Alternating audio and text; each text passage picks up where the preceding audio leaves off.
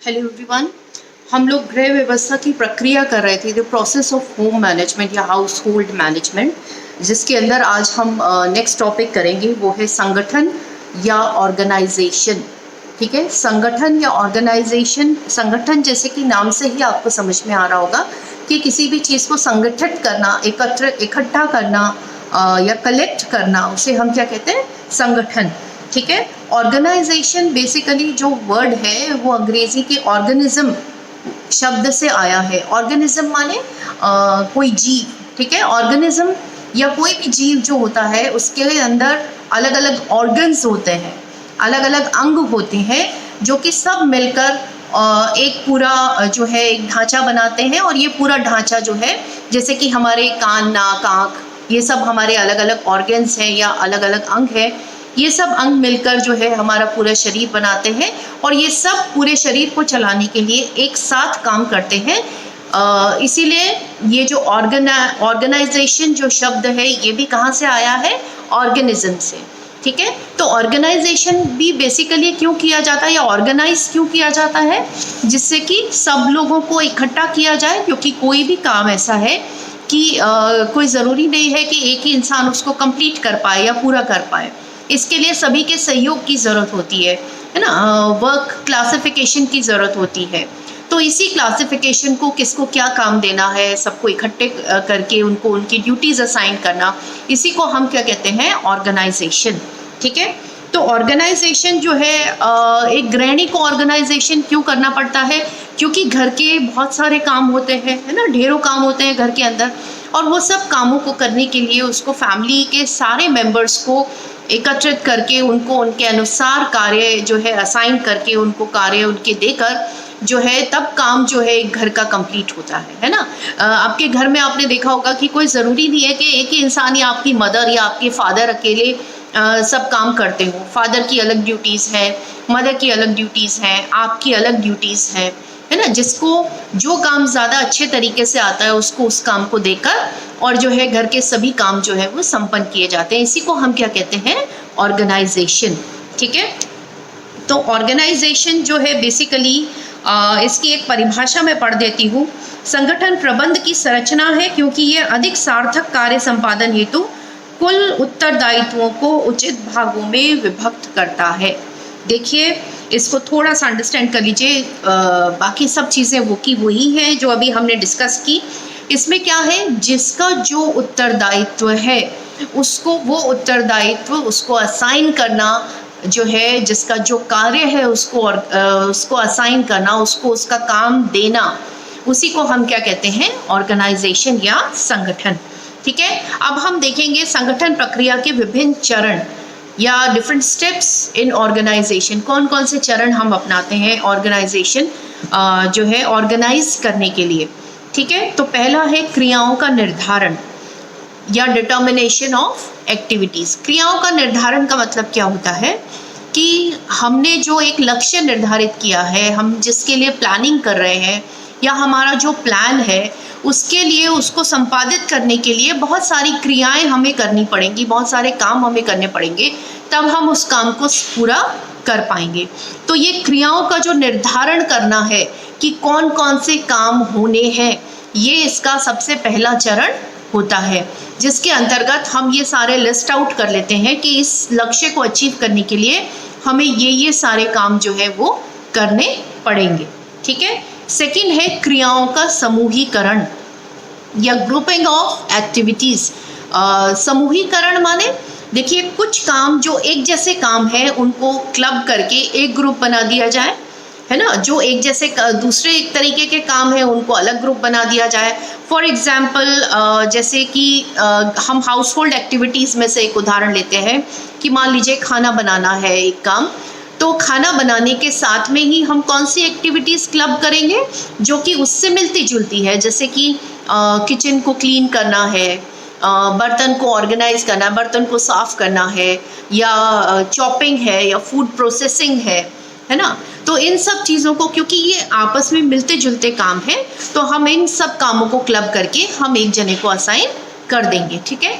और for example एक दूसरा लेते हैं कि जैसे फादर हैं वो जॉब करते हैं या बाहर जाते हैं, है ना। कोई भी हो सकता है, मदर भी हो सकती है बाहर जॉब करने, तो जो भी बाहर जॉब करने के लिए जा रहा है तो हम उसको बाहर के काम असाइन कर सकते हैं कि आप बाहर तो जाएंगे ही, तो आप साथ में बाजार का भी ये काम करके आइए। तो इसी को हम क्या कहते हैं, क्रियाओं का समूहीकरण, जिससे कि हम अपनी समय और ऊर्जा को बचा सकें। कि एक जना जो बाहर जा रहा है फिर हम उसको वो काम असाइन, बाजार का काम असाइन ना करके हम किसी और इंसान को बाजार का काम असाइन करते हैं, तो उससे क्या होगा कि वो इंसान भी अपना काम छोड़ के एक कन्वेंस लेके मार्केट जाएगा या वो काम करके आएगा, तो आपका डबल जो है आपके रिसोर्सेज इस्तेमाल हो रहे हैं। एक इंसान तो ऑलरेडी बाहर है और दूसरे इंसान को भी हम असाइन कर रहे हैं, तो इस तरीके से ये कंफ्यूजन नहीं हो, हम अपने रिसोर्सेज को बचा सके, उसके लिए हम क्रियाओं का समूहीकरण करते हैं। उसके बाद है थर्ड स्टेप है परिवार के सदस्यों के मध्य कार्य का विभाजन। देखिए हमने अभी बात की कि घर का जो कार्य है या कोई भी कार्य है जहाँ पर हमें ऑर्गेनाइज करना है या जो हमने प्लान किया है, वो काम कोई ज़रूरी नहीं है कि एक ही इंसान कंप्लीट कर पाए या एक ही इंसान उसको पूरा कर सके। तो इसके लिए ज़रूरी है कि जिसकी जो क्वालिटी है, जिसकी जो क्वालिटी से मतलब है कि मान लीजिए अगर मुझे जो है बाज़ार की बहुत अच्छी नॉलेज है तो मुझे बाज़ार का काम असाइन किया जाए। कोई जो है जैसे घर का मेंबर जो है उसको घर के डेकोरेशन में बहुत इंटरेस्ट है घर, तो उसको साफ़ सफाई और डेकोरेशन का काम दिया जाए। कोई सदस्य जो है कुकिंग बहुत अच्छा करता है तो हम उसको कुकिंग का काम असाइन करेंगे, है ना। तो इस तरीके से जिसकी जो योग्यता है अगर हम उसको उसके अनुसार कार्य असाइन करेंगे तो हमारे कार्य में जो है एक क्वालिटी जो है वो बहुत अच्छी आएगी। दूसरा रिसोर्सेज कम जो है, क्योंकि उसको टेक्निक आती होगी उस काम को करने की, तो हम अपने रिसोर्सेज को भी उस तरीके से बचा पाएंगे। ठीक है, नेक्स्ट स्टेप है अधिकारों का सौंपा जाना। देखिए ये सबसे इम्पॉर्टेंट है कि अगर हम किसी को कार्य असाइन करते हैं, कार्य का विभाजन करते हैं, लोगों को अलग अलग ड्यूटीज़ देते हैं और उसके साथ में अगर हम उनको अधिकार नहीं देते तो क्या होगा कि हमारा काम प्रॉपर तरीके से नहीं हो पाएगा।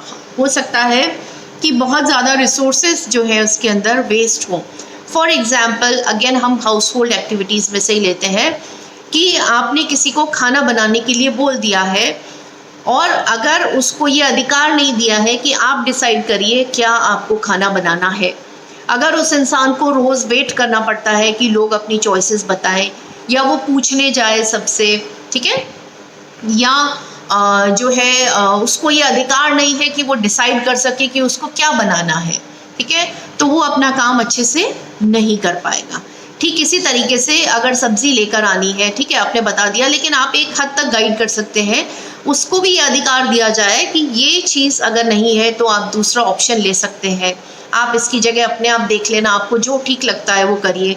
तो अधिकारों का सौंपा जाना किसी भी ऑर्गेनाइजेशन का एक बहुत इम्पॉर्टेंट फैक्टर होता है, क्योंकि जब तक अधिकार नहीं होता, जिस इंसान को आप काम असाइन करेंगे वो अपने काम को के लिए अपने आप डिसीजन नहीं ले पाएगा और वो हर डिसीजन के लिए दूसरों की तरफ देखेगा या जो भी जिसने ऑर्गेनाइज किया उसकी तरफ देखेगा, जिससे कि टाइम और एनर्जी वेस्ट होगी। ठीक है, फिर उसके बाद है समन्वय, संतुलन और संबंध स्थापित करना।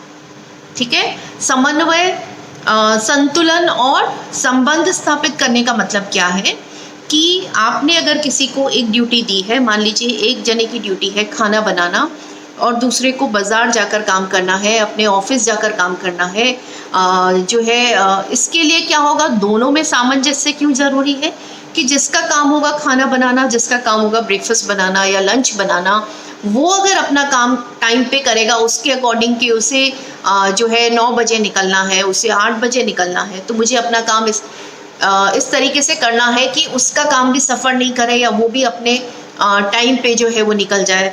ठीक है, उसके लिए उससे पहले हो सकता है कि सफाई होना ज़रूरी है, तो जिसको हाउस होल्ड क्लीनिंग का जॉब दिया है तो वो अपना काम समय पे करे। तो इस तरीके से आपस में कोऑर्डिनेशन होना चाहिए कि ठीक है आपको खाना बनाना, उससे पहले मैं ये काम कर दूंगी, उसके बाद ये कर देंगे, उसके बाद ये, ठीक है, जो कि आपस में, क्योंकि ये सब चीज़ें आपस में इंटरलिंक्ड हैं और अगर इनमें कोऑर्डिनेशन नहीं होगा तो ये सब एक दूसरे की एनर्जी और उसको क्लैशेस आएंगे और जो है उसमें रिसोर्सेज भी वेस्ट हो सकते हैं कि किसी ने एक बार सफाई कर दी, फिर जो है दोबारा कर रहा है, या उसका टाइम वेस्ट हो रहा है, किसी को वेट करना पड़ रहा है तो वो अपना समय जो है उसमें ज़ाया कर रहा है।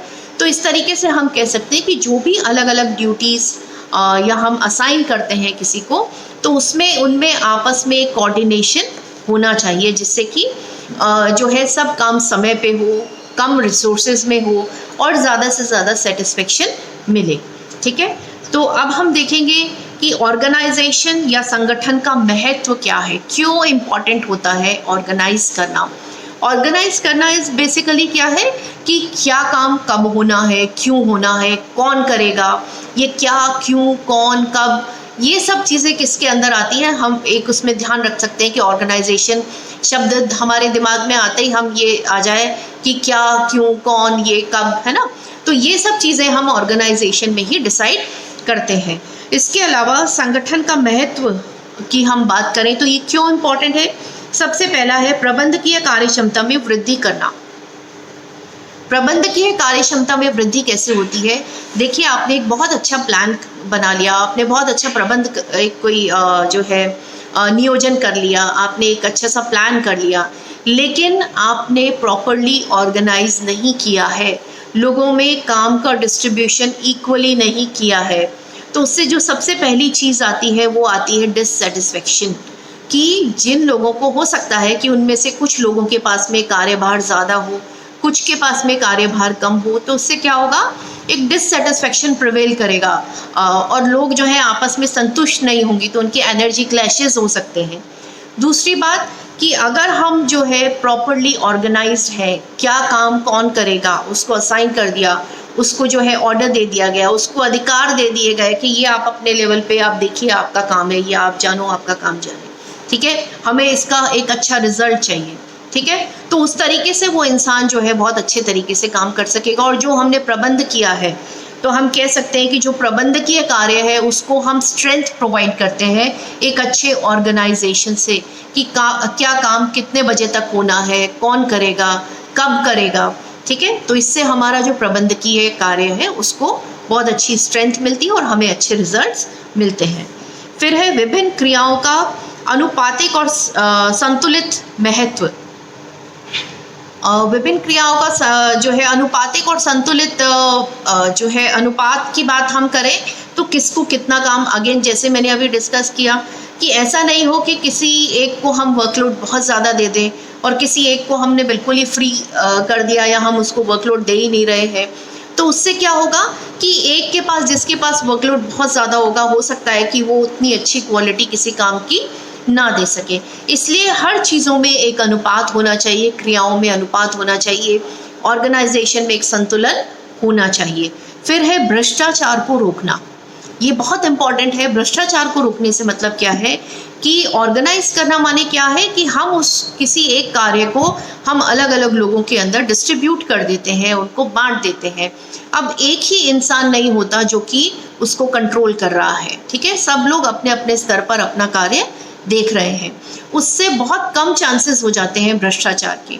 भ्रष्टाचार कहाँ होगा कि जब एक ही इंसान सारे काम कर रहा है, वो किसी को डिस्क्लोज ही नहीं कर रहा कि वो क्या कर रहा है, कैसे कर रहा है, तो वहाँ पर चांसेस बहुत ज़्यादा हो जाते हैं कि वो भ्रष्टाचार करे। इसलिए जो है काम का जब डिस्ट्रीब्यूशन हो जाता है तो उसमें भ्रष्टाचार कम होने की संभावना भी हो जाती है। ठीक है, फिर है विकास को बढ़ावा देना।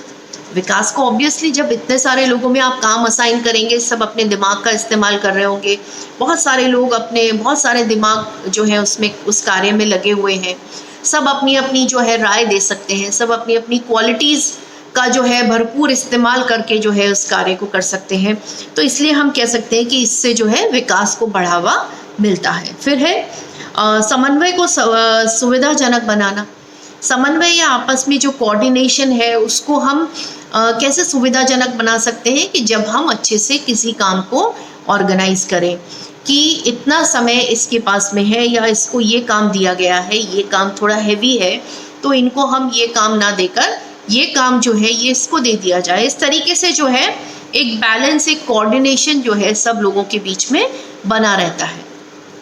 उसके बाद है प्रबंधकों के विकास और प्रशिक्षण में सहायता देना। ठीक है। प्रबंधकों के विकास में, प्रबंधकों का विकास कैसे होता है कि वो भी ये जज कर पाते हैं कि किस में क्या क्वालिटी है, कौन किस तरीके से काम कर रहा है, या कौन किस काम को बहुत अच्छी तरीके से कर सकता है। तो नेक्स्ट टाइम जब वो प्लान करते हैं तो वो उस चीज़ को ध्यान में रखते हैं कि हमने लास्ट टाइम इसको इस कमेटी में लगाया था, लेकिन यहाँ पर नहीं, बट इसका जो ज़्यादा रुझान था या इसने इस कमेटी में भी जाकर काम किया, तो इसकी ये क्वालिटी बहुत अच्छी है, या इस क्वालिटी को हम यहाँ पर यूटिलाइज कर सकते हैं। तो उससे जो प्रबंधक है, जो मैनेजर है, जो ऑर्गेनाइज करने वाला है, वो भी इन क्वालिटीज़ को बहुत अच्छी तरीके से इस्तेमाल कर सकता है। ठीक है। उसके बाद है मनोबल, आत्मविश्वास को बढ़ाने में। मनोबल और आत्मविश्वास कैसे बढ़ता है?